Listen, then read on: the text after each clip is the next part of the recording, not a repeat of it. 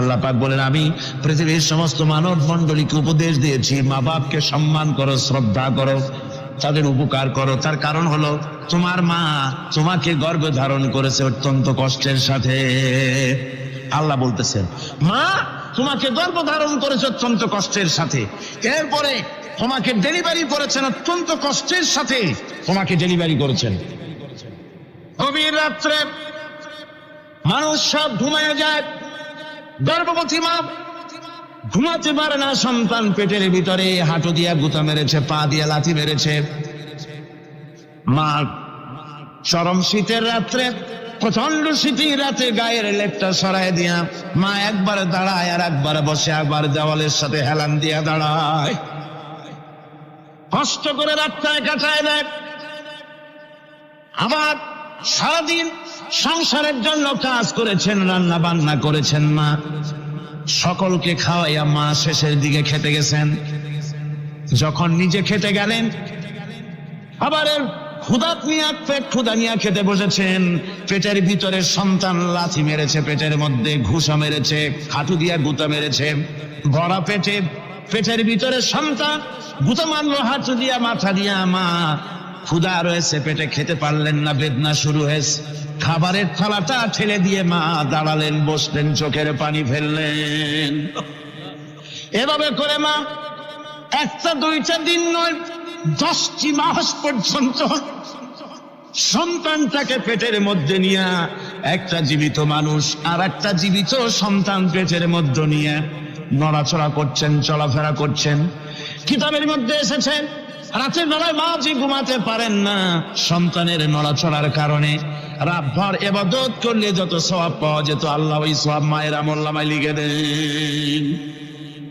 সন্তান পেটে থাকার কারণে খেতে পারে না, পেট ভরে ক্ষুধায় কষ্ট পায় মা, এই জন্যে 10 মাস ধরে রোজা রাখলে যে সওয়াব হতো, আল্লাহ রাব্বুল আলামিন মায়ের আমলনামায় রোজার সওয়াব লিখে দেন। 10 মাস পরে গেল, সন্তান ডেলিভারির সময় চলে এলো। মায়ের মন বিমর্ষ, সন্তান ডেলিভারি হবে, না জানি মরে যাই নাকি, না জানি অপারেশন লাগে নাকি, কি অবস্থা হবে। মা খেতে পারে না, মুখটা শুকায়া যায়। ডেলিভারির সময় যখন আসে, মাবাবের কাছ থেকে বিদায় নিয়ে যায়, স্বামীকে একান্তে গোপনে ডেকে নিয়ে বলে, প্রাণের স্বামী, দীর্ঘদিন একসঙ্গে ঘর কন্যা করেছি, অপরাধ হয়ে যেতে পারে, আমারে মাফ করে দিও।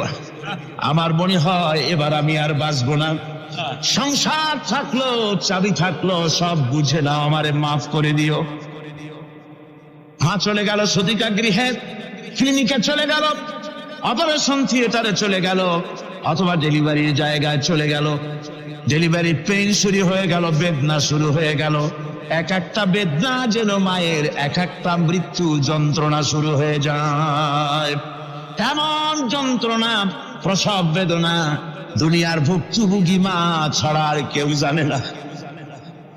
এই চরম বেদনার ভেতর দিয়ে, চরম কষ্টের ভিতরে মা যখন একটা বাচ্চা প্রসব করলো, জিহাদের ময়দানের মতো মা রক্তাক্ত হয়ে গেলেন, সন্তান দুনিয়ায় এলো। মা তখন অস্থির থাকেন। এত বড় বিরাট কষ্টের ভিতরে আল্লাহ রাব্বুল আলামিন বলেন, সন্তান যখন ডেলিভারি হয়ে গেল, মায়ের মনের ভিতরে আমি তখন এই ফিলিংস, এই টেন্ডেন্সি জাগ্রত করে দিই, দেখ কি হয়েছে। মা তখন দেখতে চায় কি হয়েছে। মায়ের সামনে যখন এত কষ্টে হৃদয় বিঙ্গড়ানো, কলিজার 32টি নাড়ি ছেঁড়া যন্ত্রণার সন্তান যখন মায়ের চোখের সামনে আসে, আল্লাহ পাক বলেন, মা যখন তার ছেলের মুখের দিকে তাকায়, মেয়ের মুখের দিকে তাকায়, আল্লাহ বলেন 10 মাসের পেটে ধরা কষ্ট আর ডেলিভারির সব কষ্ট মায়ের মন থেকে মুছে ফেলে দেই। আল্লাহ রাব্বুল আলামিন বলেন, খবরদার দুনিয়ার মানুষ, এমন মায়ের সাথে নাফরমানি করবি না, এ মায়ের সাথে নাফরমানি করবি না, মাকে সম্মান করবি, মার কাছে দোয়া চাবি। দুনিয়ায় যদি সম্মান চাও, রিসপেক্ট চাও, মায়ের পায়ে ধরে কাঁদো। মায়ের জাতি অনেক সম্মান তার। রাসূল করিম সাল্লাল্লাহু আলাইহি ওয়াসাল্লামকে প্রশ্ন করা হয়েছে, হুজুর খেদমত করবো কার? হুজুর কয় মায়ের। তারপরে কার? হুজুর কয় মায়ের। তারপরে কার? হুজুর বলেন মায়ের, তারপরে কার? তোমার পিতা। 3 গুণ। তোর ভাইয়ের মর্যাদা 3 গুণ বেশি, তোর বাবার চাইতে মর্যাদা বেশি। সুবহানাল্লাহ পড়ে। আর আজকে ইসলামের ছাত্ররা তারা বলে যে ইসলাম নারীর অধিকার আদায় করে নাই। নারীর অধিকার ইসলাম দেয় নাই তো কে দিয়েছে? আমার বন্ধুগণ, বিশ্বনবী জনাবে মুহাম্মদ রাসূলুল্লাহ সাল্লাল্লাহু আলাইহি ওয়াসাল্লাম মসজিদে নববীর ভিতরে বসে আছেন। এক বৃদ্ধা মহিলা মসজিদের মধ্যে প্রবেশ করলেন। হুজুর বৃদ্ধাকে দেখে দাঁড়ায় গেলেন। বিশ্বনবী বুড়ি মেয়ে লোককে দেখে দাঁড়ায় গেলেন। আল্লাহর নবী বুড়িকে দেখে দাঁড়ালেন। বুড়ি যখন কাছে এলেন, আল্লাহর নবী নিজের গায়ের চাদর বুড়ির জন্য বিছায়া দিলেন। বুড়ি বসলেন। এরপরে কথাবার্তা সারার পর বুড়ি যখন বিদায় হবেন, হুজুর আবার দাঁড়ালেন। বুড়ি মহিলা চলে গেলেন। সাহাবায়ে কেরাম বলেন, ইয়া রাসূলুল্লাহ, কিছুই বুঝলাম না। একজন বৃদ্ধা মহিলার জন্য বিশ্বনবী দাঁড়ান আর গায়ের চাদর বিছান, আমরা বড় আশ্চর্য হয়ে গেলাম। নবীজি বলেন, ও আমার সাহাবীরা, তোমরা জানো না এই মহিলাকে চিনতে পারো নাই? আমি আমার মায়ের দুধ আমার জীবনে কিসমতে তেমন হয় নাই। আমি আমার মায়ের দুধ তেমন কিসমতে পাই নাই। যা বুকে দুধ খেয়ে যার কোলে কাখে চড়ে আমি বড় হয়েছি, আমার সেই দুধ মা ইনি হযরতে হালিমাতুস সাদিয়া। আর সেই দুধ মা রাসূলুল্লাহ নিজে সম্মান দিয়েছেন মায়ের। খবরদার, মাকে অসম্মান করবেন না, মাকে সম্মান করবেন, মাকে শ্রদ্ধা করবে। আমার বন্ধুগণ, আলেম ওলামা পীর বুজুর্গদের জন্য হাদিয়া তো দেন আপনারা, কোনো নিষেধ নাই, দেন। হাদিয়া দেওয়া সুন্নত, নেওয়া সুন্নত, দিবেন, আমি কোনো নিষেধ করি না। কিন্তু আমি বলতে চাই, পীর বুজুর্গদের কাছে, আলেম ওলামাদের কাছে হাদিয়া দিয়া আল্লাহরে যত না খুশি করতে পারবেন, এই ডালিম বেদানার মৌসুমে বেদানা একটা ভেঙে নিজ হাতে যদি মায়ের মুখে তুলে দেন, আল্লাহর আরশ খুশি হয়ে যাবে, আল্লাহর আরশ আজিম খুশি হয়ে যাবে, আল্লাহ পাক খুশি হয়ে যাবে। মায়ের খাওয়াও, বাপকে খাওয়াও, তোমার সবচেয়ে বড় প্রিয় জিনিস। সুবহানাল্লাহ বলে, সুবহানাল্লাহ। মা বাপ যদি একটু দোয়া করে দেয়, তোমার জিন্দেগির কাম শেষ। একটু বদদোয়া করলে জাহান্নামে যাবা। কোন পীর বদদোয়া করলে জাহান্নামে যাবে এমন কথা নয়। কোন মওলানা বদদোয়া করলে দুজকে যাবে এমন কথা নয়। রাসূল বলেছেন, হুমা জান্নাতুকা ওয়া নারুকা। মা বাপ তোমার বেহেশত, মা বাপ তোমার জাহান্নাম। মা বাপ যদি অসন্তুষ্ট হয়, দুজকে যাবি, আর মা বাপ যদি খুশি, আল্লাহর জান্নাতে চলে যাবি।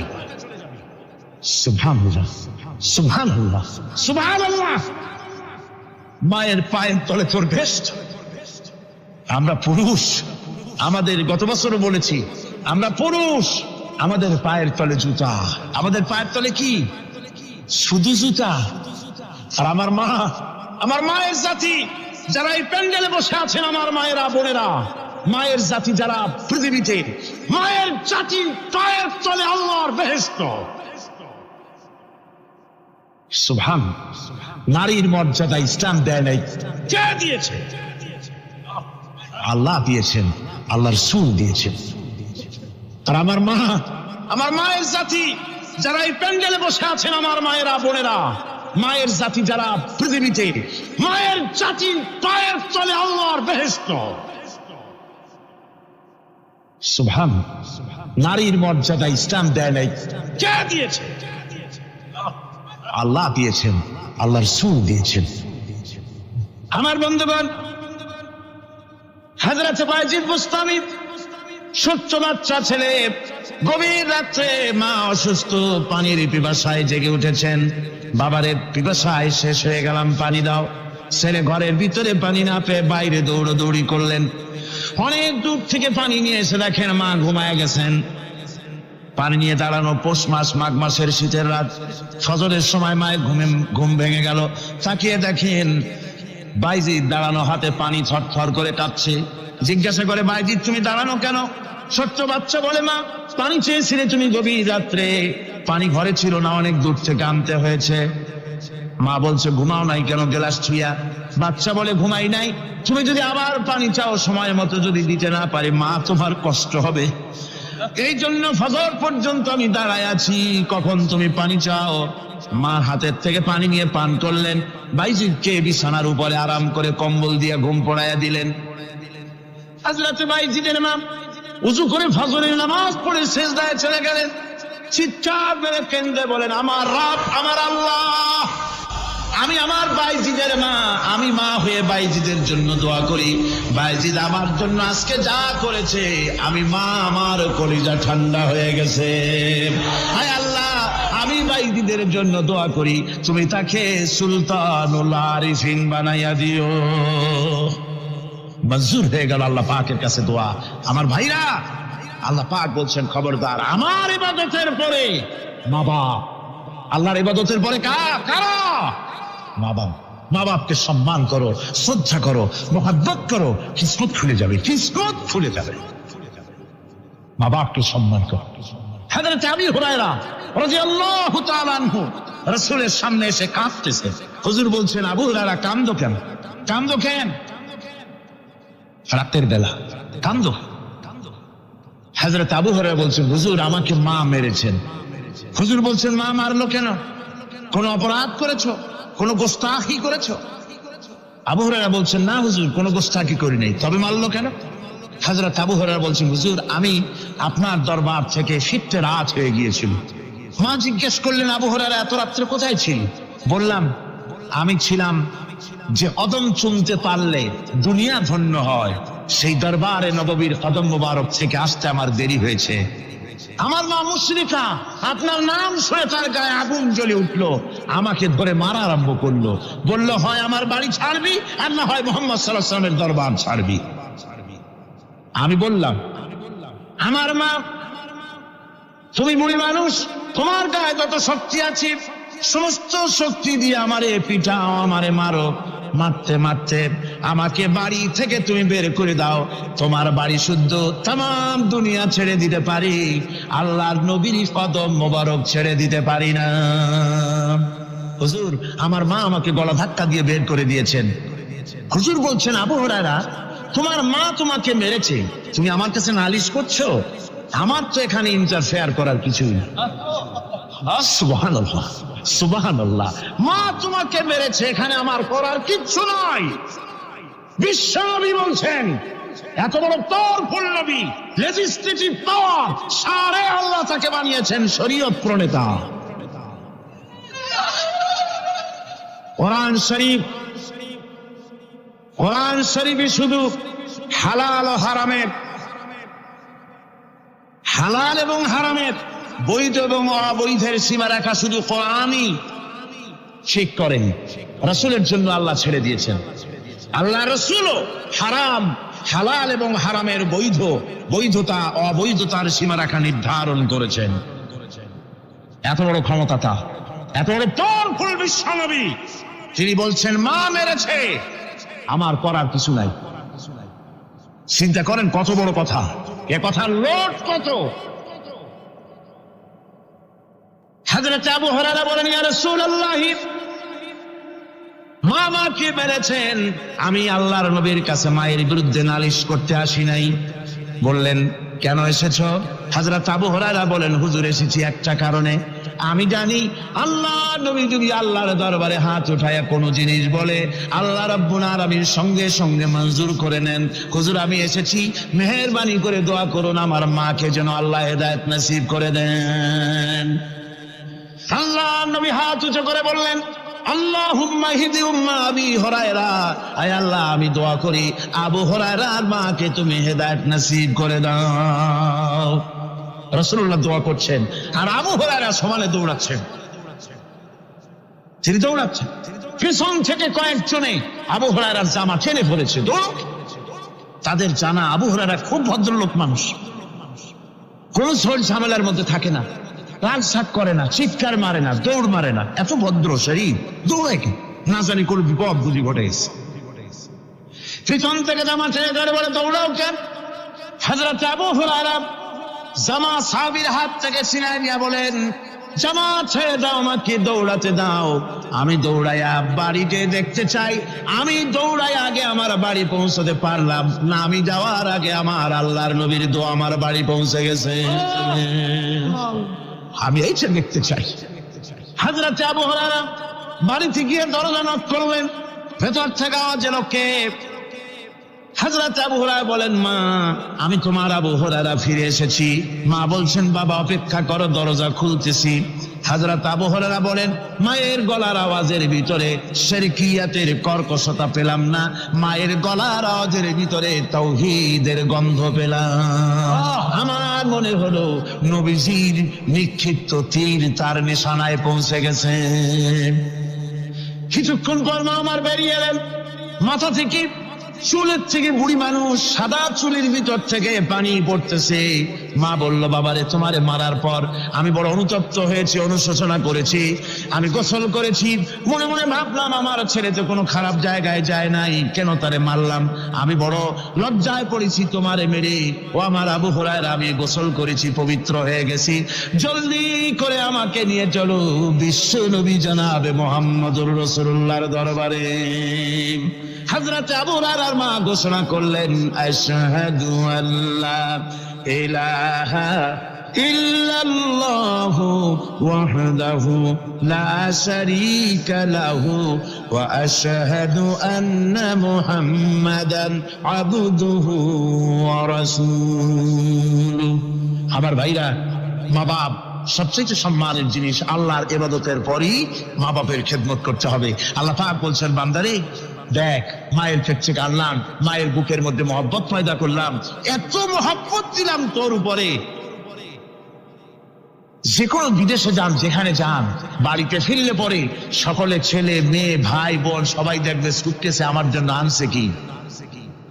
সবাই চিন্তা করবে আমার জন্য কি এনেছে। একমাত্র মা সন্তানের মুখের দিকে তাকাবে, কখন খাইছে সে। সুবহানাল্লাহ, সুবহানাল্লাহ। আমার বাসার মুখখানে শুকনা, তুই বুঝি আজকে কিছু খাইস নাই। বিদেশে যেসব সন্তান থাকে, মা টাকা কবুতরের মতো ছটফট করে।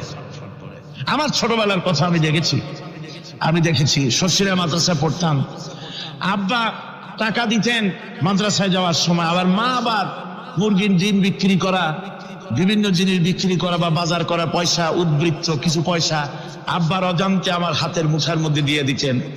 যখন মাদ্রাসার দিকে রওনা হয়েছি, পর্দার আড়াল থেকে, দরজা থেকে দেখতাম, যতক্ষণ তাকায় দেখতেছি চোখ থেকে পানি দল করে পড়তেছে। সুবহানাল্লাহ, মা কি জিনিস! আল্লাহ আল্লাহ আল্লাহ। বিদেশে যদি কারো সন্তান মারা যায়, সবাই জানার আগে কবি বলতেছেন, বিদেশে বিরাজ্যে যার পুত্র মারা যায়, পশু পক্ষী না জানিতে আগে জানে মা। মায়ের কই যান তারে টান লেগে যায়, মা বুঝতে পারে আমার সন্তানটা নাই। আহারে মা! আমার বন্ধুগণ, মা যার বেঁচে আছে, বেয়াদবি করেছেন, পাও ধরে মাপ নিয়ে নেবেন, পাও ধরে মাপ নিয়ে নেবেন। মা তো পাও ধরে দেখবেন, মাফ করে দিবে। সুবহানাল্লাহ, সুবহানাল্লাহ। কত দরদ তার বুকের মধ্যে। আর মা বাপকে সম্মান করবে। যাক, এই বিষয়ের উপরে আমি আর যেতে চাই না। সত্যি আপনাদের বললাম, এই বিশাল জনতাকে বললাম, সবচাইতে বড় পীর আপনার জন্য আপনার মা বাপ। সবচেয়ে বড় পীর কে? মা বাপ। সন্তুষ্ট করেন, রুজিতে অভাব ঘটবে না। কোন মাজারে গিয়ে সেজদা দেওয়া লাগবে না, আল্লাহর কসম, মাজারে যাই চাওয়া লাগবে না। মা বাপকে খেদমত করেন, মা বাপকে খুশি করেন, মা বাপকে খাওয়ান, হাদিয়া দেন, মা বাপ খুশি, রুজিতে বরকত হবে, ব্যবসায় বরকত হবে, ঋণগ্রস্ত থাকবেন না, সম্মান আল্লাহ বাড়ায় দিবেন। সুবহানাল্লাহ, বিহামদি, রাসূলুল্লাহর হাদিস। এই জন্য আমি অনুরোধ করব, মা বাপকে সম্মান করবে। নবী করিম সাল্লাল্লাহু আলাইহি ওয়াসাল্লাম ইন্তেকাল করলেন, এরপরে ক্ষমতা এলেন হযরত আবু বকর, প্রধান বিচারপতি হলেন হযরত ওমর।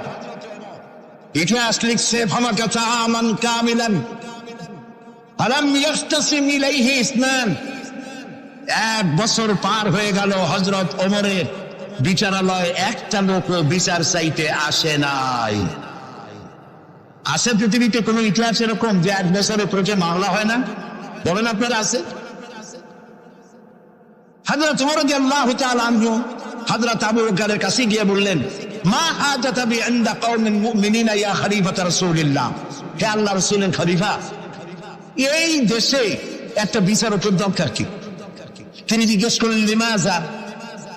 কই যে আমি তো এক বছর থাকলাম, খালি বসে বসে কাঠখড়ি গুনলাম, কেউ বিচার চাইতে আসলো না।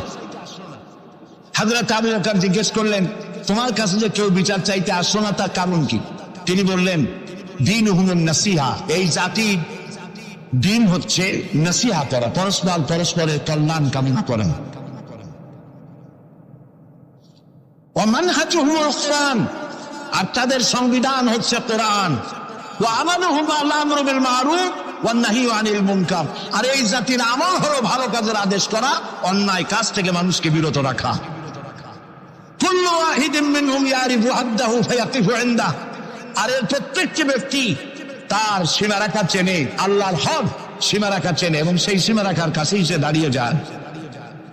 সুতরাং এই যখন এই জাতির অবস্থা, ফাফিমা হুম ইয়াখতাসিমুনা ইলাইয়া ইয়া খলিফাত রাসূলিল্লাহ সাল্লাল্লাহু আলাইহি ওয়াসাল্লাম, এই যখন জাতির অবস্থা, সেই জাতি মামলা করতে আসবে কেন?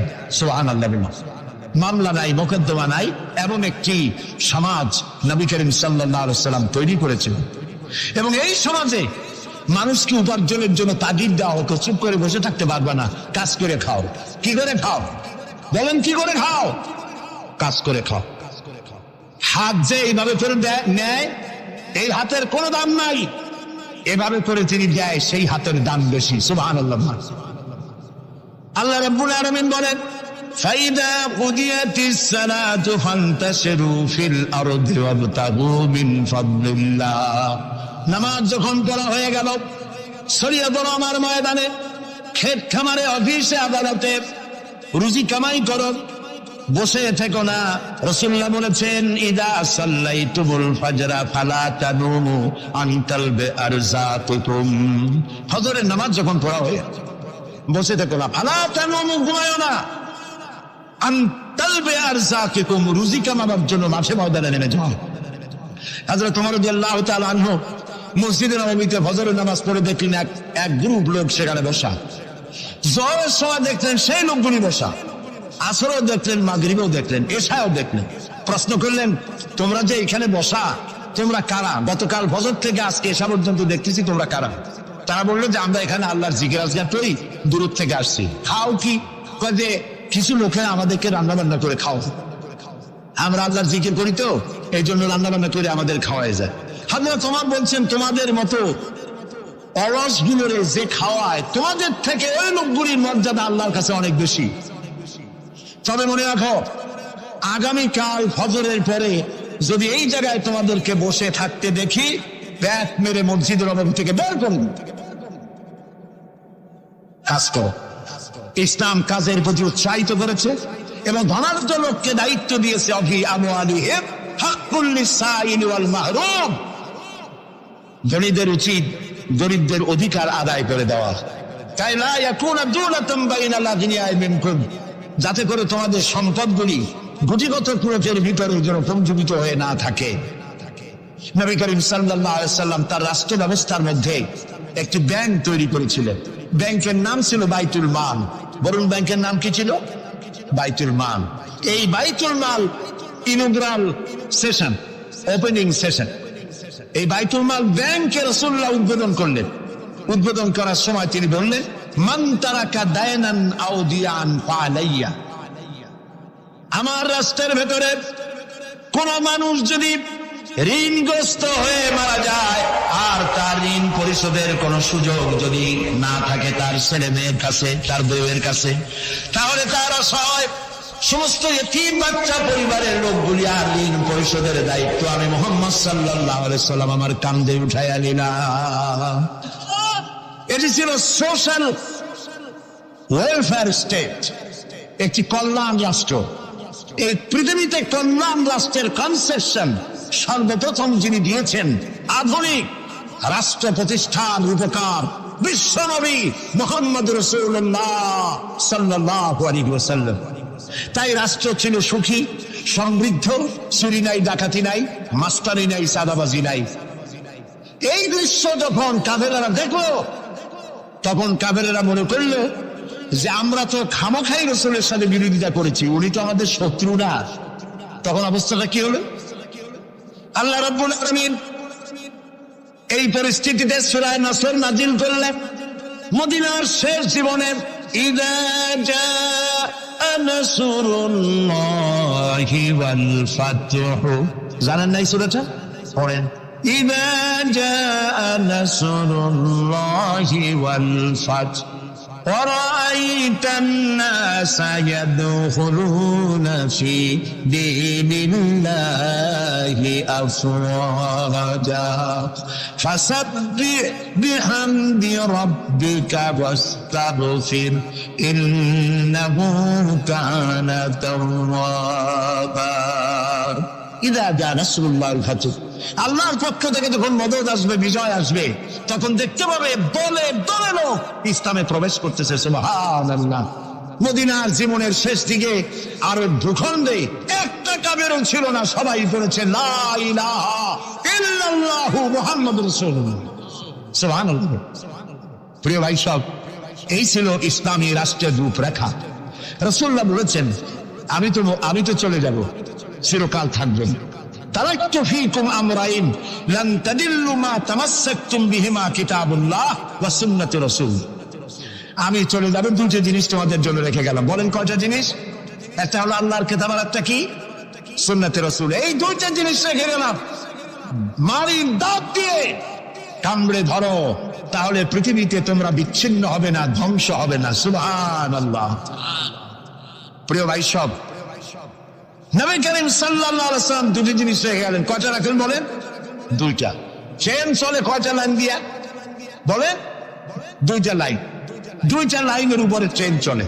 ট্রেন কি? কতগুলি কম্পার্টমেন্ট, এর মধ্যে মানুষ বসে, মাল সামান নিয়ে মানুষ বসলো। চাকার দূরত্ব আর লাইনের দূরত্ব যদি সমান থাকে, তাহলে কমলাপুর থেকে ছাড়বে, চিটাগং চলে যাবেন আরামসে, চোখ বুঝে ঘুমাইতে ঘুমাইতে। ঠিক কিনা? বোঝেন কথা?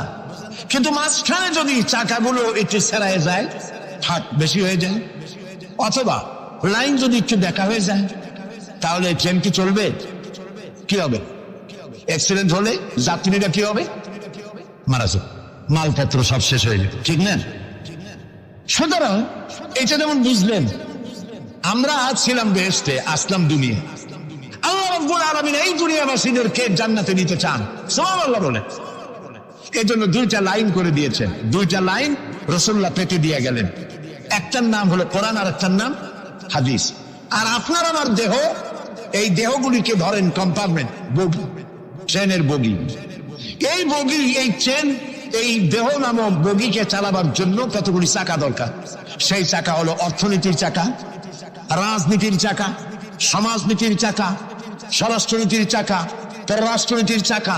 এই সব চাকাগুলি কোরআন হাদিস নামক দুইটা লাইনের উপরে যদি ছেড়ে দেন, কোরআন হাদিস অনুযায়ী যদি চালান, দেহ নামক গাড়ি দুনিয়া থেকে ছাড়বে, লাস্ট ডেস্টিনেশন আল্লাহর জান্নাতে চলে যাবে। আর যদি দেহ নামক এই গাড়িকে চালাতে গিয়া রাজনৈতিক চাকা যদি দৌড় দেয় ইংল্যান্ডের দিকে, সংস্কৃতির চাকা যদি দৌড় দেয় ভারতের দিকে, গণতন্ত্রের চাকা যদি দৌড় দেয় আমেরিকার দিকে, তাহলে দেহ নামক গাড়ির কি হবে?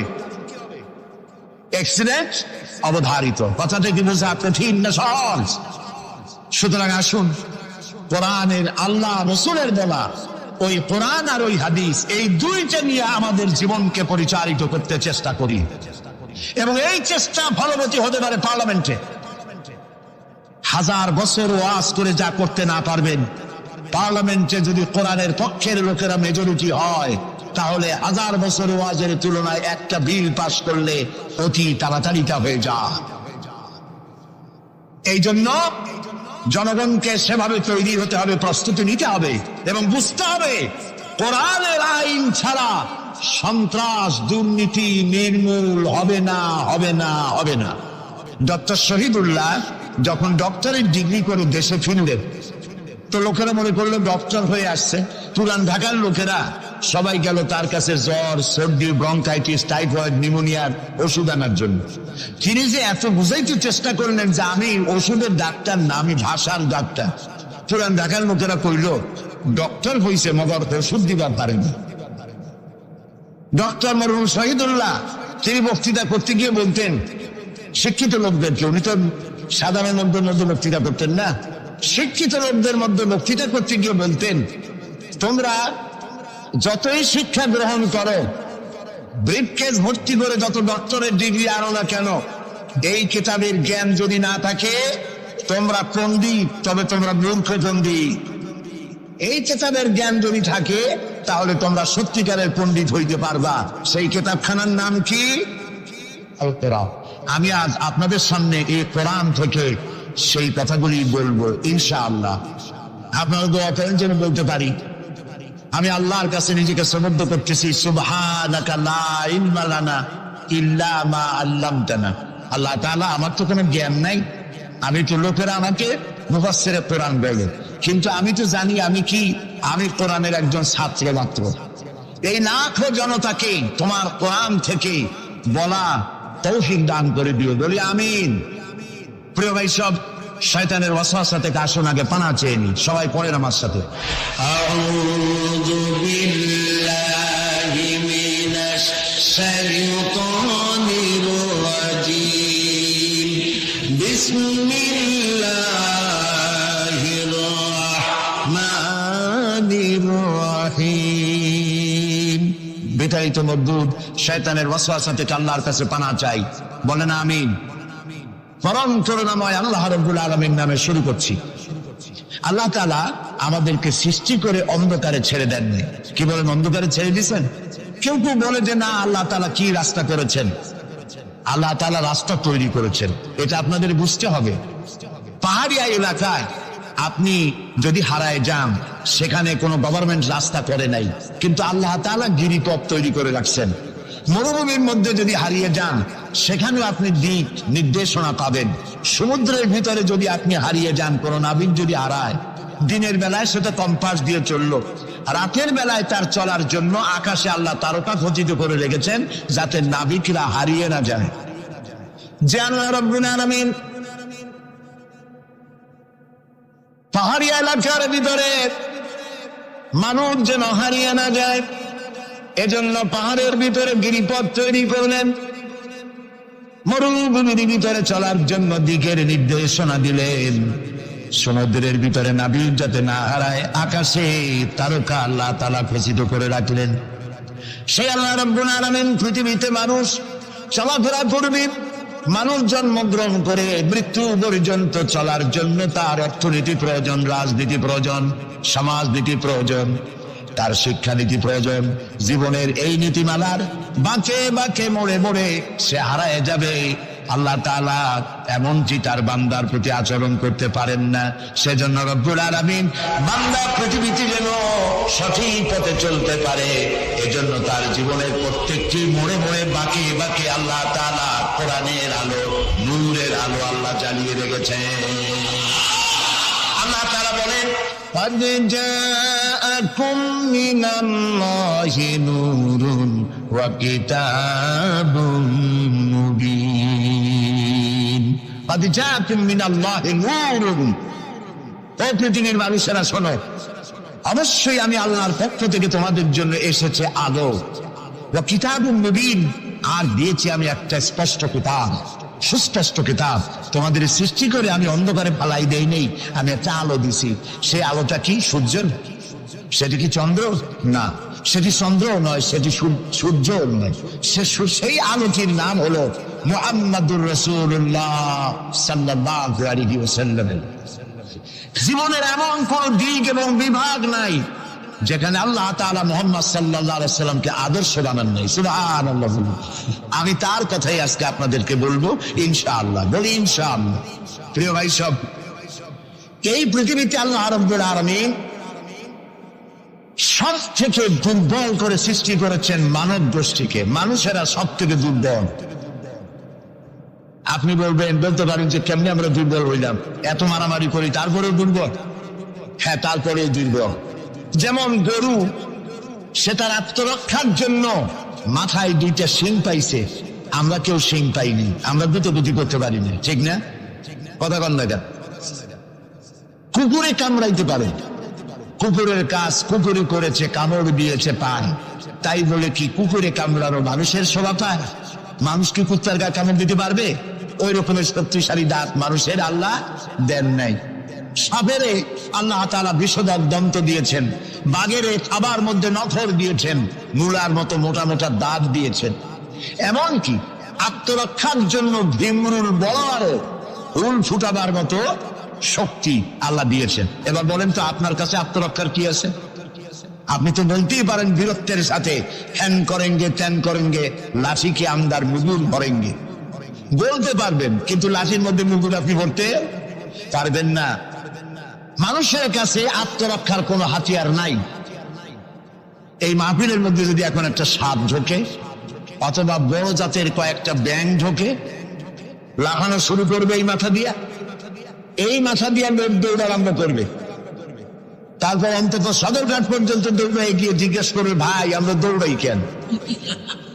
তো সামান্য ব্যাঙের সাথে পারি না, সামান্য সাপের সাথে পারি না, বললা ভীমরুলের সাথেও পারি না। আত্মরক্ষামূলক হাতিয়ার আমাদের কাছে দেওয়া হয় নাই। এরপরে এমনকি আমরা চোখে ভালো করে দেখি না, চোখ দিয়েও আমরা দেখতে পাই না। আপনারা বলবেন তাহলে আমরা কি ভেলকি দেখি? না, ভেলকি দেখেন। আমাদেরকে দেখতে হলে আমরা আলোর সাহায্য দেখি, আলো না হলে আমরা দেখতেও পারি না। অমাবস্যার রাতে মানুষ নিজের শরীরও নিজে দেখতে পারেনি। এই যে অবস্থা, এই যে দুর্বলতা, এই দুর্বল মানুষকেই পৃথিবীর সকল সবল প্রাণীর চাইতে আল্লাহ তাআলা শ্রেষ্ঠ করেছেন। শ্রেষ্ঠ কে বলেন? কে? কিসের দিক থেকে শ্রেষ্ঠ? জ্ঞান। জ্ঞান দিয়ে আল্লাহ মানুষকে শ্রেষ্ঠ করেছেন। সুতরাং জ্ঞান দিয়ে আপনি সব চিনবেন, আর আলোর পথ চিনবেন না, তা তো হতে পারে না। এই জন্য আপনি সব যেমন চেনেন, আলোর দিশাও আপনাকে পাইতে হবে। আপনার নেতা Karl Marx, Lenin, Mao Tsetung, Hegel, Darwin, Copernicus, Kepler, এরা আপনার নেতা হতে পারে না। আপনার আমার নেতা হবেন মুহাম্মদুর রাসূলুল্লাহ সাল্লাল্লাহু আলাইহি ওয়াসাল্লাম। আচ্ছা, ওনারা নেতা হবেন না কেন? সেটাও একটু ব্যাখ্যার দাবি রাখে। ওনারাও কিন্তু কষ্ট করেছেন, মার্কস, হেগেল, মাও সেতুং, এরা কষ্ট করেছেন, জেল খেটেছেন, বই লিখেছেন, মানবতার কল্যাণে এগুলি করেছেন, কিন্তু তাদের কথার কোনো মিল ছিল না। এক একজন এক এক ধরনের কথা বলেছেন, এবং তাদের কথা দিয়ে পৃথিবীর মানুষের জন্য কোনো স্থায়ী শান্তি প্রতিষ্ঠিত হয় নাই পৃথিবীর 1 ইঞ্চি জমিনের ওপারেও। এটা ঠিক কিনা? নবীদের কথায় আমাদের চলতে হবে, কারণ নবীদের কথার মধ্যে কোনো দরমিল হয় নাই। আদম আলাইহিস সালাম বলেছেন আল্লাহ এক, নূহ আলাইহিস সালাম বলেছেন বেশি হইতে পারে, নাউযুবিল্লাহ। ইব্রাহিম আলাইহিস সালাম বলেছেন আখিরাত আছে, আরেকজন নবী বলেছেন নাও থাকতে পারে। একজন নবী বলেছেন কবর আযাব হবে, আরেকজনে বলেন এটা একটা আমার চিন্তায় না থাকতেও পারে। এইরকম নবীদের কথার মধ্যে কোনো ব্যাসকম হয়েছে? বলেন হয়েছে? কেন হয় নাই? কারণ দার্শনিক, রাজনীতিবিদ,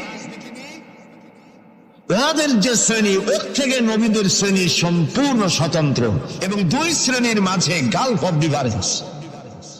দার্শনিক এবং রাজনীতিবিদরা তারা কথা বলেন নিজস্ব মন মস্তিষ্ক প্রসূত জ্ঞান দিয়ে, আর নবীরা কথা বলেন আল্লাহর জ্ঞান দিয়ে। এই জন্য পৃথিবীতে যত নবী এসেছেন সমস্ত নবীদের স্লোগান ছিল একটা। কয়টা ছিল? আদম আলাইহিস সালাম থেকে নিয়ে শুরু করে মুহাম্মাদুর রাসূল সাল্লাল্লাহু আলাইহি ওয়াসাল্লাম পর্যন্ত যত নবী আল্লাহ পৃথিবীতে পাঠিয়েছেন সমস্ত নবীদের স্লোগান একটাই ছিল, লা ইলাহা ইল্লাল্লাহু মুহাম্মাদুর রাসূলুল্লাহ। মুহাম্মদুর রাসূলুল্লাহ নবী করিম সাল্লাল্লাহু আলাইহি ওয়াসাল্লামের সময় হয়েছে, আর বাকি সমস্ত নবীর সময় স্লোগান একটাই ছিল, লা ইলাহা ইল্লাল্লাহ। কোনো ব্যাসকম নাই, সব নবীরা এক কথা বলেছেন। কারণ নবীরা যে কথা বলেছেন সমস্ত কথা আসছে একটা অফিস থেকে। কয়টা অফিস? এবার বলেন তো অফিসটার নাম কি? কার অফিস? আল্লাহর অফিস এবং একজন মেসেঞ্জার সমস্ত নবীদের কাছে আল্লাহর মেসেজ বহন করে নিয়ে এসেছেন, সেই আল্লাহ কর্তৃক নিয়োগ প্রাপ্ত অথেন্টিক জেনুইন যিনি রাসূল ছিলেন, বার্তাবাহক ছিলেন, স্পেশাল মেসেঞ্জার ছিলেন, তার নাম কি? সুবহানাল্লাহ। পৃথিবীর সবচাইতে বেশি মর্যাদা এবং সব থেকে বেশি সুন্দর করে আল্লাহ তাআলা তাকে এই পৃথিবীতে পাঠিয়েছেন। তিনি যখন পৃথিবীতে আসলেন, পৃথিবীটা কি ছিল? চুরি, ডাকাতি, জেনা, ব্যভিচার, হত্যা, ধর্ষণে ভরপুর মরাজাতি। ওই যে বলেছিলাম মরাজাতি, এই মরাজাতিটারে কেমনে জিতে বানানো যায়, রাসূলুল্লাহ সেই চেষ্টা করলেন। 40 বছর বয়স এরা পাহাড় থেকে নেমে এলেন। কবি বলছেন, উতর কর গারে হেরা সে সুয়ে কওম আয়া, উতর কর গারে হেরা সে সুয়ে কওম আয়া, और एक नुस्खे किमिया साथ लाया। হেরা পাহাড় থেকে নবীজি নেমে এলেন, সাথে আনলেন পরশ পাথর। নাম কি? কোরআন। হেরা পাহাড় থেকে নেমে আসলেন, হাতে আনলেন পরশ পাথর। এই পরশ পাথরের ছোঁয়া যখন লাগলো, ওমরের মতো পাথর সোনার টুকরা হয়ে গেল। সুবহানাল্লাহ। যারা ছিল নারী জাতির ইজ্জত, সতীত্ব, সংগ্রামের জম, তারা হয়ে গেল নারী জাতির পাহারাদার। সুবহানাল্লাহ বলুন। কোরআন মরা জাতিকে জিন্দা করছে। আহারে কপাল, সেই কোরআন শরীফ দিয়ে তাবিজ লিখি আমরা। আহারে কপাল। বাংলাদেশে ইমদাদিয়া লাইব্রেরি, ওসমানিয়া লাইব্রেরি, কতগুলি লাইব্রেরি হয়েছে চকবাজার এলাকায়। আমি তাদেরকে অনুরোধ করব, আপনারা এই আকামটা কখনো করবেন না। ভালো কাজটা করতেছেন, বইপত্র ছাপেন, কিন্তু কোরআন শরীফের মধ্যে আপনারা তাবিজ ঢুকাইছেন। তাদের লেখা, তাদের ছাপানো কোরআন শরীফের মধ্যে দেখা যায় সূরা ইউসুফের নকশা, সূরা মরিয়মের নকশা, সূরা মায়েদার নকশা, ইয়াসিনের নকশা, এবং লেখা আছে এই নকশা ব্যবহার করলে মাথা ভালো হবে, ওই নকশা ব্যবহার করলে বিয়ে হবে তাড়াতাড়ি, এই নকশা ব্যবহার করলে তাড়াতাড়ি বাচ্চা হবে। কোথায় পেয়েছি? কোরআন শরীফ তাবিজের জন্য নাজিল হয় নয়, বিশ্বাস করুন মুসলমান। সুতরাং নকশা আঁকায়া কোরআন শরীফে ছাপানো আল্লাহর কালামের সাথে বেয়াদবি। যারা এই কাজটি করছেন, আমি তাদেরকে অনুরোধ করি, আল্লাহর রাস্তায় এই কাজ বন্ধ করে দিন, আর তওবা করুন। কোথায় পেলেন? সূরার কতগুলি নকশা বানাইছেন, 577, 1372, 1940। এদিকে কেমনে হইল সূরা ফাতিহা? বিসমিল্লাহরে বানাইছে 786। এটা তো আপনারা সকলেই জানেন, ঠিক না? বিসমিল্লাহ উদ্দিন লেখে কেনা 786, কপালে যা আছে হোক। প্রিয় ভাই সব, 10 লক্ষ বার যদি 786 লেখেন, একবার বিসমিল্লাহ সমান হবে না। বিসমিল্লাহর মধ্যে 19টা অক্ষর আছে। কয়টা? আর আল্লাহ রাসূল কি বলেছেন? আল্লাহর নবী বলেছেন, কোরআনে কারীমের প্রত্যেকটি অক্ষরে যখন পড়বে বান্দা 10টা করে নেকি হবে। বিসমিল্লাহির রহমানির রহিম পড়েন আমার সাথে, বিসমিল্লাহির রহমানির রহিম। রাসূলুল্লাহর ওয়াদা অনুযায়ী আমার সাথে যখনই পড়লেন বিসমিল্লাহির রহমানির রহিম, একটা অক্ষরে 10, 19টায় 190টি নেকি আমাদের আমলনামায় লেখা হয়ে গেছে। কাজে এই নকশা দিয়ে যারা তাবিজের ব্যবসা করে, কিয়ামতে অবশ্যই আসামি হতে হবে। যারা কোরআনকে তাবিজের কাজে ব্যবহার করেছেন, আল্লাহর কাছে দায়ী হতেই হবে। কারণ মানুষকে আপনারা বোঝাতে চেষ্টা করেছেন কোরআন তাবিজের কিতাব, অথচ কোরআন এসেছিল একটি সমাজ, একটি রাষ্ট্র বিপ্লব করার জন্য। রাসূলুল্লাহ হচ্ছেন পৃথিবীতে সুন্দর, সুখী, সমৃদ্ধশালী আধুনিক রাষ্ট্রের শ্রেষ্ঠ রূপকার। এবং এই কোরআন দিয়ে তিনি এমন এক রাষ্ট্র বিনির্মাণ করেছিলেন যেখানে চুরি ছিল না, ডাকাতি ছিল না, জেনা ছিল না, ব্যভিচার ছিল না, হত্যা ছিল না, ধর্ষণ ছিল না, সন্ত্রাস মুক্ত সমৃদ্ধি একটি সুখী সমাজ তৈরি করেছিলেন নবী করিম সাল্লাল্লাহু আলাইহি ওয়াসাল্লাম। প্রিয় ভাই সব, বড় আফসোস লাগে, সেই কোরআনে শুধু চুমাই খাই, বুকেই লাগাই, আর এই কোরআন শরীফ নিয়ে আমরা কাজে লাগাইতে পারলাম না। এটা ঠিক কিনা? কোরআনকে কাজে লাগাতে পারছি? পারি নাই। কোরআন শরীফ খালি ঝুলে ঝুলে পড়ি। দেখেন রমজান মাসে আমাদের দেশের লোকেরা দেখতে করে, ভাই তোমার বাড়ি কি হয়েছে জানি না, আমার পুতের বউ 7 খতম, আমার মেয়ে ক্লাস 9-এ পড়ে, ও 3 খতম, ওর মায় 13 খতম, আর আমি নিজে এমনি এমনি খতম। আপনি প্রতিযোগিতা করে কোরআন শরীফ খতম করবেন, এই জন্য নাযিল হয়েছে কোরআন শরীফ। আপনি কি বিশ্বাস করেন? কোন কোন সাহাবী সূরা বাকারা শেষ করতে সময় লেগেছে 2 বছর 3 বছর। কেন পড়তে পারতেন না তিনি? সময় লাগলো কেন? এই জন্য সময় লেগেছে। এক একটি আয়াত তারা তেলাওয়াত করেছেন, শুনতেছেন কথা? এক একটি আয়াত তেলাওয়াত করেছেন, অর্থ বুঝেছেন, ব্যাখ্যা বুঝেছেন, জীবনের উপরে আমল করেছেন, এরপর আরেকটা আয়াত পড়েছেন, বুঝেছেন, আমল করেছেন, তারপরে আরেকটা পড়েছেন। এইরকম করে করে কোরআন তেলাওয়াত করে জীবনের উপরে আমল করার পর সাহাবীরা যখন রাস্তা দিয়ে হাঁটতেন, মানুষেরা দেখতো যেন কোরআন হেঁটে যাচ্ছে। আরে আজ পৃথিবীতে আমরা মায়ের খাবো না কেন? আমি তো বলি বুশের মতো আরো 2-4টা বুশ আসা দরকার, মাইল আমাদের খাওয়াই দরকার। দুনিয়ার সব জাতি চেনা যায়, মুসলমান চেনা যায় না। প্রিয় ভাই সব, নবী করিম সাল্লাল্লাহু আলাইহি ওয়াসাল্লাম এই পরশ পাথর নিয়ে আসলেন। ওমর আসতেন রাসূলকে হত্যা করতে। চিন্তা করেন, নবী হত্যা করতে আসে, কত বড় জাহেল সেই ওমর। আর ওমর ছিলেন কি হইলেন? কি হইলেন বলেন? কি সোনা ডায়মন্ড হয়ে গেলেন। আল্লাহু আকবার বলেন।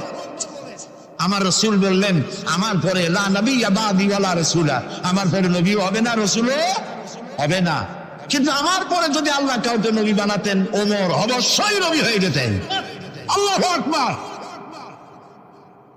প্রিয় ভাই সব, ওমর রে জাহালাত থেকে কয়লার খনি ছিল ওমর, সেখান থেকে ডায়মন্ড বানাই দিল আল্লাহ তাআলা। কি দিয়ে বানাইলেন? কোরআন। আমরা কিন্তু এর কাছেও যাইতে পারলাম না, খালি সুমা দিলাম আর তাবিজ বানাই গলায় ঝুলাইলেন।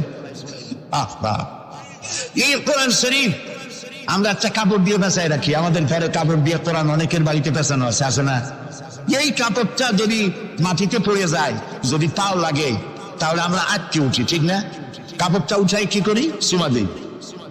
একটা কাপড় আটকে কিছু না, এখানে তো টেবিলের কাপড় আছে, আমার পায়ের তলের কাপড় আছে, আমার পরনের কাপড় আছে, ঠিক না? আপনাদের আছে না?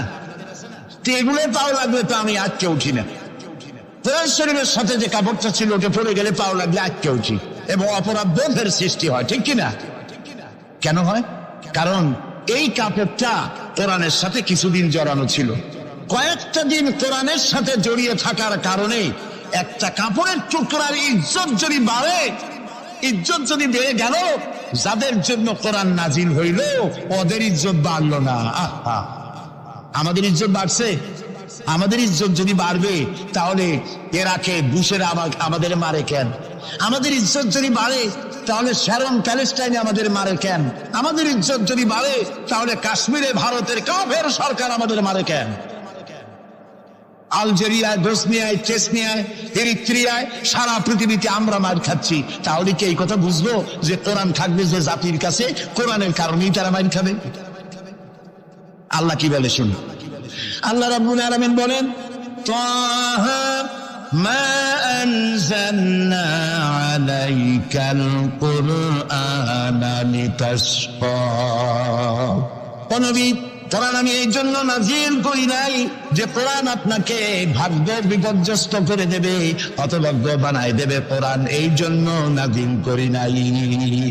কোরআন নাজিল করেছে এই জন্য কোরআনের ধারক বাহক যারা হবে তারা শাসিত হবে না, গোটা বিশ্বকে তারা শাসন করবে। এই জন্য এসেছিল কোরআন। কারণ কোরআন দিয়ে শাসন করলেই মানুষেরা নিরাপত্তা পাবে। নারীর অধিকার কে দিল?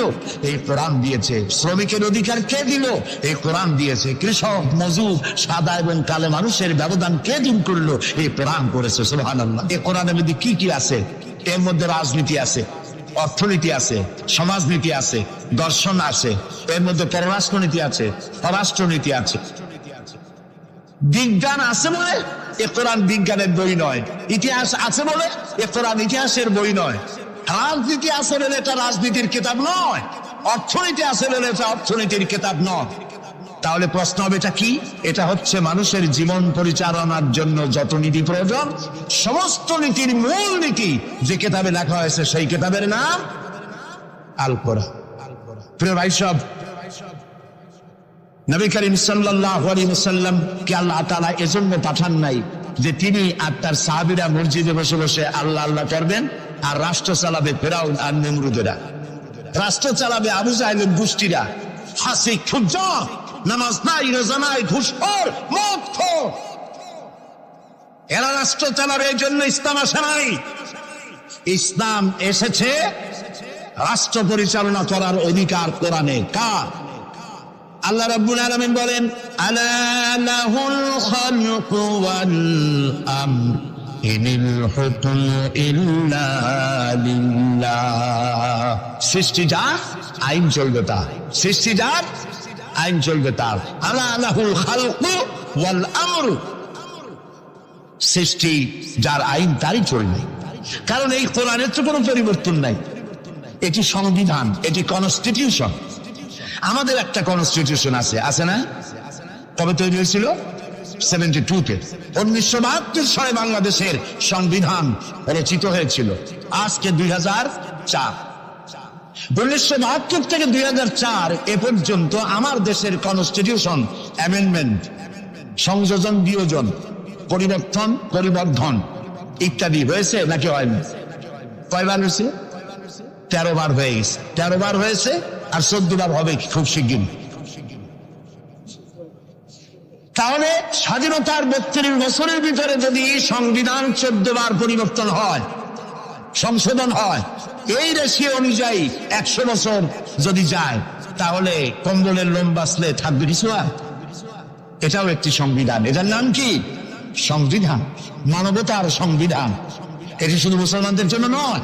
কোন মুসলমান দাবি করতে পারবে না কোরআন একমাত্র আমার কিতাব? না, আল্লাহ তাআলা শুরুতেই বলে দিয়েছেন, হুদান লিন-নাস, হুদান লিল-মুত্তাকিন, হুদান লিন-নাস, হাযা বায়ানুন লিন-নাস। পৃথিবীর সমস্ত মানব গোষ্ঠীর জন্য হেদায়েতের সর্বশেষ কিতাবের নাম কি? কোরআন শরীফ। প্রিয় ভাই সব, 1400 বছর বা 1500 বছর হয়ে গেছে কোরআনের বয়স। পরিবর্তন হয়েছে কয়বার? কয়বার হয়েছে? কিয়ামতের আগ পর্যন্ত আর কয়বার হবে? একবারও হবে না। কারণ এই কিতাব আসছে কার কাছ থেকে? আল্লাহর কাছ থেকে। তিনি নির্ভুল, তার কোনো ভুল নাই। আমার দেশের সংবিধান পরিবর্তন হয় কেন? এই জন্য হয়, যারা সংবিধান রচনা করেছিলেন ওনাদের কাছে ভবিষ্যতের জ্ঞান ছিল না। অতীতের অভিজ্ঞতার ভিত্তিতে বর্তমানকে সামনে রেখে সংবিধান রচনা করেছেন। আর যখন নতুন নতুন সমস্যা সামনে আসছে, তখন অতীতের অভিজ্ঞতা শেষ, নতুন অভিজ্ঞতা দিয়ে আবার পরিবর্তন করা লেগেছে, ঠিক কিনা? আল্লাহর কাছে কাল কয়টা? একটা। সেই কালটার নাম কি? মাশাআল্লাহ, আপনাদেরকে 100 দিলাম। এইরকম কথা যারা মনে রাখতে পারে, এই সব শ্রোতাদেরই কথা বলে শুনাইয়া আনন্দ আছে। আল্লাহ যেন আমারও ফায়দা দেয়, আপনাদেরকেও দেন বলি আমিন। তাহলে আল্লাহ রাব্বুল আলামিনের কাছে কাল হইল কয়টা? একটা। ওই কালটার নাম কি? বর্তমান। বর্তমানের উপরে ভিত্তি করে আল্লাহ তাআলা কোরআন তৈরি করেছেন, তাই এর কোনো অ্যামেন্ডমেন্টের প্রয়োজন হয় নাই, কিয়ামত পর্যন্ত হবে না। যদি শান্তি চাই, আমাদের দেশে এখন তো, আগেও সন্ত্রাস ছিল, এখনো সন্ত্রাস আছে। সন্ত্রাস নির্মূল আমরা করতে পারবো না যতক্ষণ না এই কোরআনের শাসন প্রতিষ্ঠিত হচ্ছে, ততক্ষণ পর্যন্ত সন্ত্রাস নির্মূল করা যাবে না। এই ব্যাপারে আরো কথা সামনে বলবো, বলেন ইনশাআল্লাহ। প্রিয় ভাই সব, তো আল্লাহ রাব্বুল আলামিন আমাদেরকে একখানা কিতাব দিলেন আর জিজ্ঞেস করলেন, আমাদেরকে বললেন, আফাগায়রা দীনিল্লাহি ইয়াবগুন ওয়া লাহু আসলামা মান ফিস সামাওয়াতি ওয়াল আরদি তাওআন ওয়া কারহা। আফাগায়রা দীনিল্লাহি ইয়াবগুন, আল্লাহর দেওয়া জীবন ব্যবস্থাকে ছেড়ে দিয়ে মানুষের তৈরি করা, অন্যের তৈরি করা কোন জীবন বিধান তোমরা তালাশ করো নাকি? আল্লাহ প্রশ্ন করছো। ওয়ালাহু আসলামা মান ফিস সামাওয়াতি ওয়াল আরদ, অথচ আকাশে যা আছে, জমিনে যা আছে, আনুগত্যের মস্তক সবাই অবনত করে দিয়েছে আমি আল্লাহর সামনে। সুবহানাল্লাহ। আর তাই সেখানে শান্তি। যারা আল্লাহর আইন মানে সেখানেই শান্তি। দেখেন, একটু আগে আমি বলেছিলাম শুরুতে, সকল প্রাণীর আত্মরক্ষার হাতিয়ার আছে। আমাদের যদি আত্মরক্ষা করতে হয়, লাঠি, বন্দুক, ছুরি ইত্যাদির আশ্রয় নিতে হয়। আমার শরীরে, আপনার শরীরে আত্মরক্ষামূলক কোন হাতিয়ার বলে নাই। এখন আপনি বলেন, আত্মরক্ষার হাতিয়ার আছে বাঘের। সুন্দরবনে বাঘ আছে নাকি নাই? আপনারা কি এটা শুনেছেন যে গত বছর সুন্দরবনের বাঘেরা কোন একটা বিষয় নিয়ে রাগারাগি করিয়া নিজেরা কামড়ি করে 200 বাঘ মারা গেছে? হয়েছে এরকম? কুমিরের এত বড় বড় দাঁত এরকম খিল লেগে যান। এই সব কুমিরেরা তারা জঙ্গলে অথবা নদীর ভিতরে মারামারি করিয়া নিজেরা মারামারি করে 400-500 কুমির মারা গেছে। পাখিরা মারামারি করে মরছে, সাপেরা মারামারি করে মরছে। এরকম হয়েছে কখনো? হয় নাই।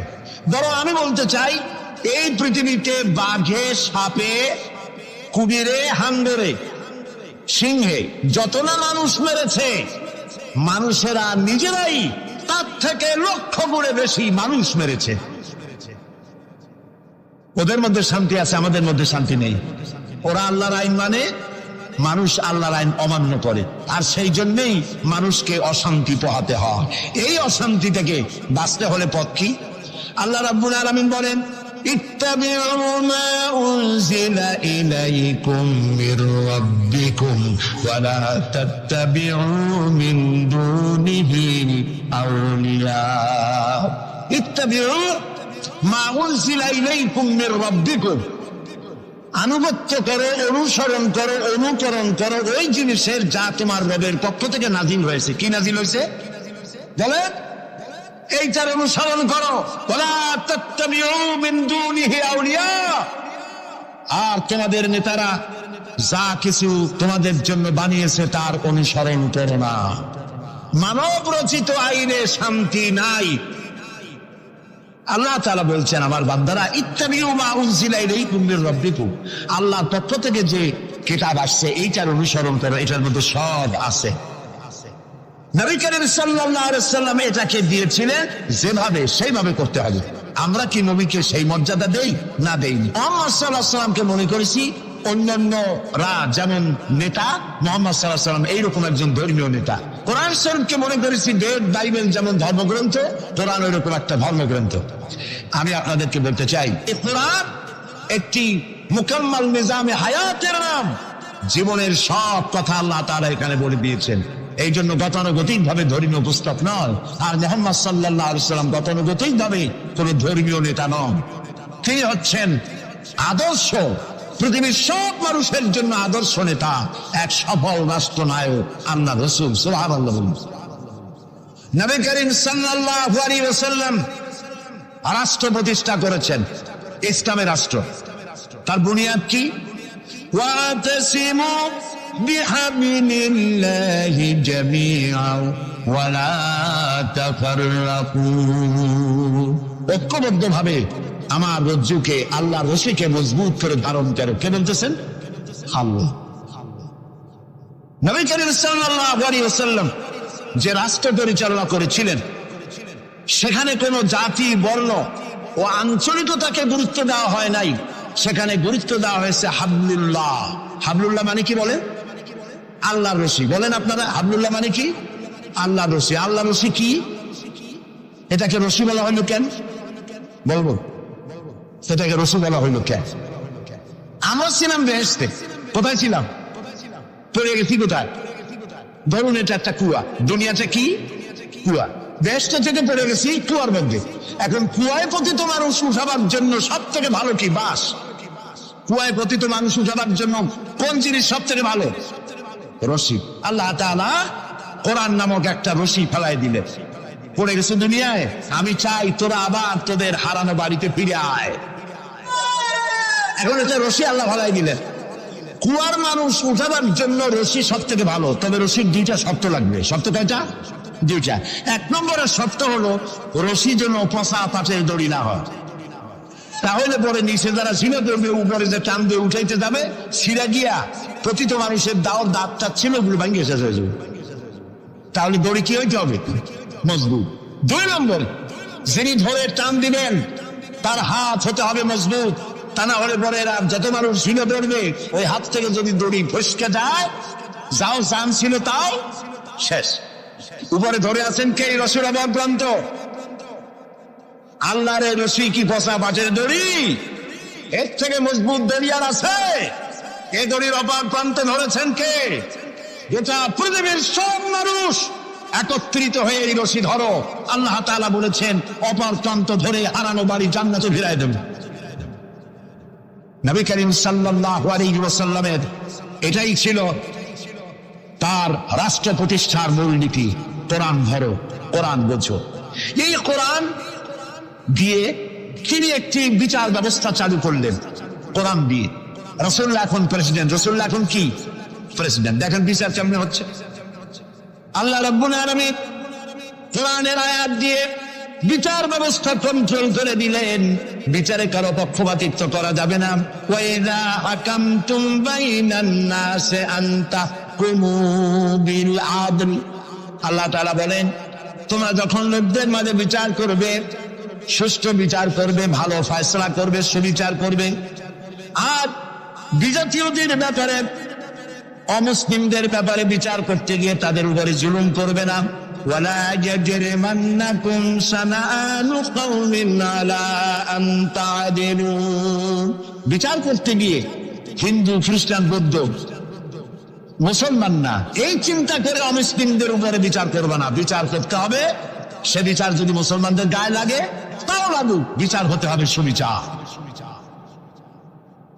প্রিয় ভাই সব, এই বিচারের ভিতরে জেনাকারের শাস্তি আছে। জেনাকারের শাস্তি কি হবে?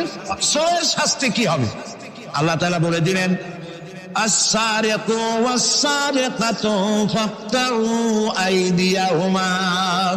চোর পুরুষ হোক আর নারী হোক, উভয়ের হাত কেটে দাও। এই আইনটা কার? বলে আল্লাহ তাআলার আইন।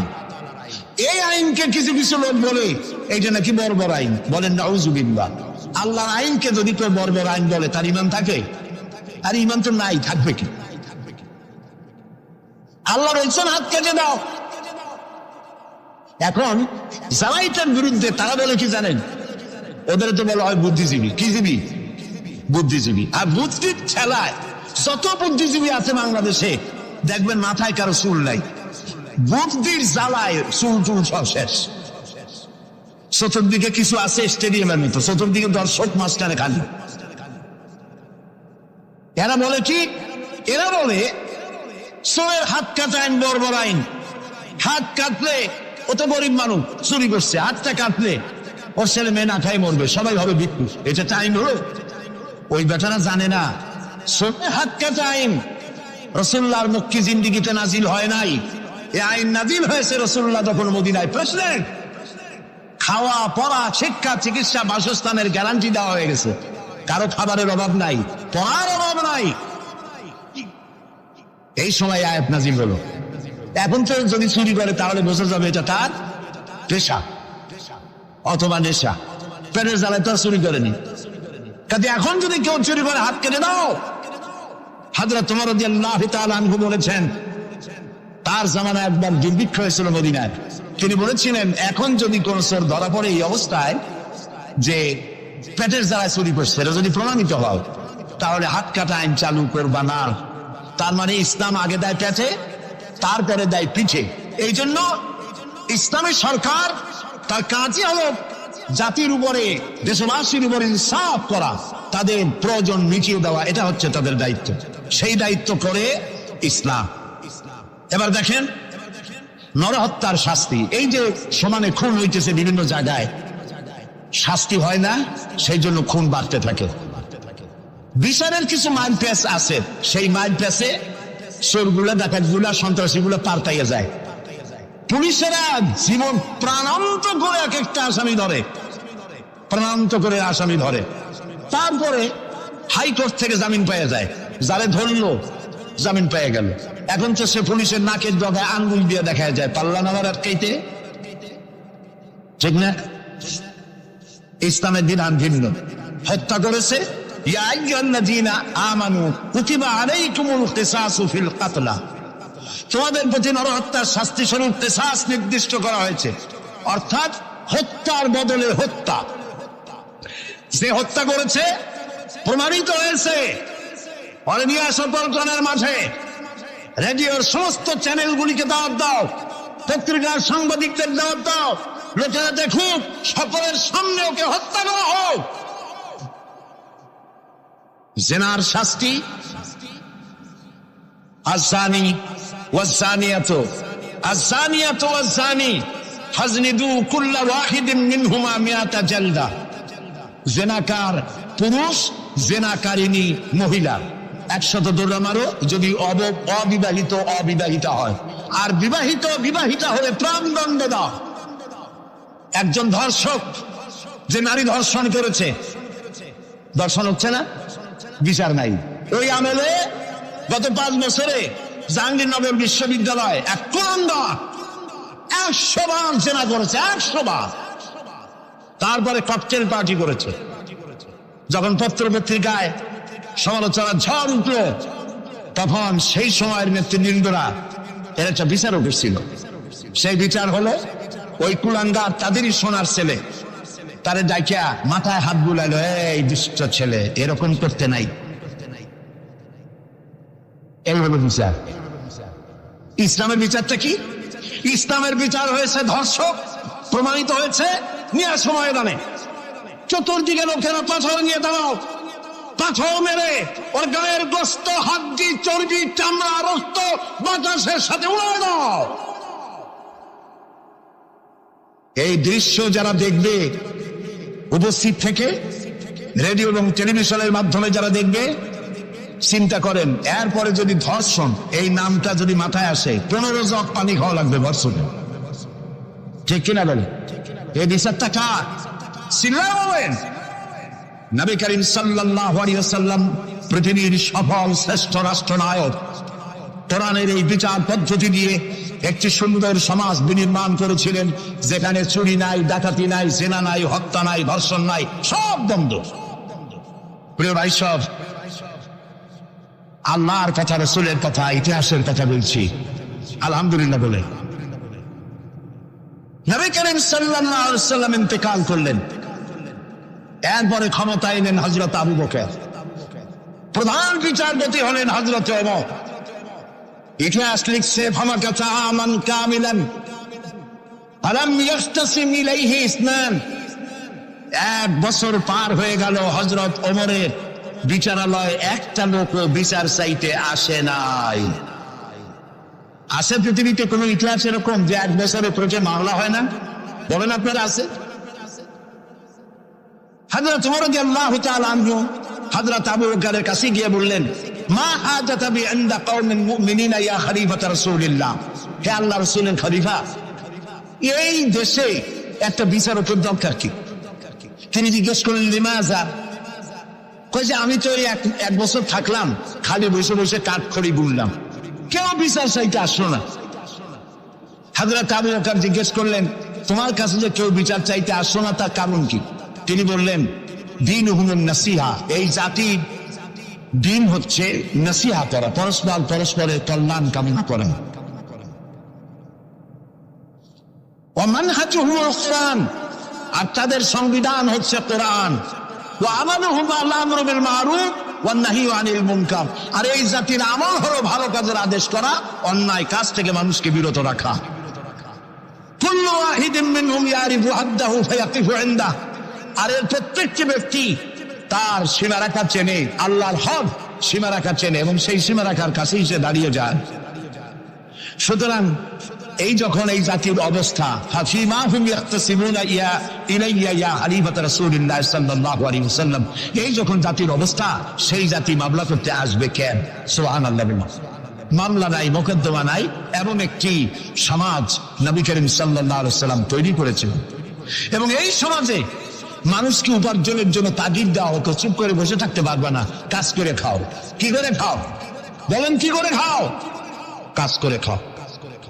হাত যে এইভাবে করে নেয়, এই হাতের কোনো দাম নাই, এভাবে করে যিনি দেয় সেই হাতের দাম বেশি। সুবহানাল্লাহ। আল্লাহ রাব্বুল আলামিন বলেন, ফাইদা কুদিয়াতিস সালাতু ফান্তাশিরু ফিল আরদি ওয়াবতাগু মিন ফাদলিল্লাহ। নামাজ যখন পড়া হয়ে গেল, ছড়িয়ে পড়ো আমার ময়দানে, ক্ষেত খামারে, অফিসে, আদালতে, রুজি কামাই করো, বসে থেকো না। রাসূলুল্লাহ বলেছেন, ইদা সাল্লাইতুমুল ফাজরা ফালা তানুমু আনতাল বিআরযাতুকুম। ফজরের নামাজ যখন পড়া হয় বসে থেকো না, ফালা তানুমু, ঘুমায়ো না, আনতাল বিআরযাতুকুম, রুজি কামাবার জন্য মাঠে ময়দানে নেমে যাও। হযরত ওমর রাদিয়াল্লাহু তাআলা আনহু মসজিদে নববীতে ফজরের নামাজ পড়ে দেখলেন এক গ্রুপ লোক সেখানে বসা। জোহরের সময় দেখলেন সেই লোকগুলি বসা, আসরেও দেখলেন, মাগরিবেও দেখলেন, এশায়ও দেখলেন। প্রশ্ন করলেন, তোমরা যে এখানে বসা, তোমরা কারা? গতকাল ফজর থেকে আজকে এশা পর্যন্ত দেখতেছি, তোমরা কারা? তারা বললো যে আমরা এখানে আল্লাহর জিকির আজকার করি, দূর থেকে আসছি। খাও কি? যে কিছু লোকেরা আমাদেরকে রান্না বান্না করে খাও, আমরা আল্লাহর জিকির করি তো এই জন্য রান্না বান্না করে আমাদের খাওয়াই যায়। হাজরা তোমার বলছেন, তোমাদের মতো অলসগুলোরে যে খাওয়ায়, তোমাদের থেকে ওই লোকগুলির মর্যাদা আল্লাহর কাছে অনেক বেশি। তবে মনে রাখো, আগামীকাল ফজরের পরে যদি এই জায়গায় তোমাদেরকে বসে থাকতে দেখি, ব্যাট মেরে মসজিদের নববী থেকে বের করুন। কাজ করো। ইসলাম কাজের প্রতি উৎসাহিত করেছে এবং ধনাঢ্য লোককে দায়িত্ব দিয়েছে, অফি আমওয়ালিহিম হাক্কুল লিসাইলি ওয়াল মাহরুম। ধনীদের উচিত দরিদ্রের অধিকার আদায় করে দেওয়া, তাই লা ইয়াকুনা দুলাতাম বাইনাল আগনিয়াই মিনকুম, যাতে করে তোমাদের সম্পদগুলি গুটিগত খরচের ভিতরে যেন পঞ্জীবিত হয়ে না থাকে। নবী করিম সাল্লাল্লাহু আলাইহি সাল্লাম তার রাষ্ট্র ব্যবস্থার মধ্যে একটি ব্যাংক তৈরি করেছিলেন। ব্যাংকের নাম ছিল বাইতুল মাল। বরুণ ব্যাংকের নাম কি ছিল? বাইতুল মাল। এই বাইতুল মাল ইনগ্রাল সেশন, ওপেনিং সেশন, এই বাইতুল মাল ব্যাংকে রাসূলুল্লাহ উদ্বোধন করলেন। উদ্বোধন করার সময় তিনি বললেন, মান তারাকা দায়নান আও দিয়ান ফালাইয়া। আমার রাষ্ট্রের ভেতরে কোন মানুষ যদি ঋণগ্রস্ত হয়ে মারা যায় আর তার ঋণ পরিশোধের কোন সুযোগ যদি না থাকে তার ছেলে মেয়ের কাছে, তার বউয়ের কাছে, তাহলে তার অসহায় সমস্ত ইতিম বাচ্চা পরিবারের লোকগুলি আর ঋণ পরিশোধের দায়িত্ব আমি মুহাম্মদ সাল্লাল্লাহু আলাইহি সাল্লাম আমার কাঁধে উঠাইয়া নিলাম। এটি ছিল সোশ্যাল ওয়েলফেয়ার স্টেট, একটি কল্যাণ রাষ্ট্র। এই পৃথিবীতে কল্যাণ রাষ্ট্রের কনসেপশন সর্বপ্রথম যিনি দিয়েছেন, আধুনিক রাষ্ট্র প্রতিষ্ঠান রূপকার বিশ্বনবী মুহাম্মদ রাসূলুল্লাহ সাল্লাল্লাহু আলাইহি ওয়াসাল্লাম। তাই রাষ্ট্র ছিল সুখী, সমৃদ্ধ, চুরি নাই, ডাকাতি নাই, মাস্তানি নাই, চাঁদাবাজি নাই। এই দৃশ্য যখন কাফেরেরা দেখলো, তখন কাফেরেরা মনে করলো যে আমরা তো খামখাই রাসূলের সাথে বিরোধিতা করেছি, উনি তো আমাদের শত্রু না। তখন অবস্থাটা কি হলো? আল্লাহ রাব্বুল আলামিন এই পরিস্থিতিতে সূরা নাসর নাজিল করলেন। মদিনার শেষ জীবনের ইযা জাআ নাসরুল্লাহি ওয়াল ফাতহু, জানেন না এই সূরাটা? পড়েন, ইযা জাআ নাসরুল্লাহি ওয়াল ফাতহু ورأيت الناس يدخلون في دين الله أفواجا فسبح بحمد ربك واستغفر إنه كان توابا.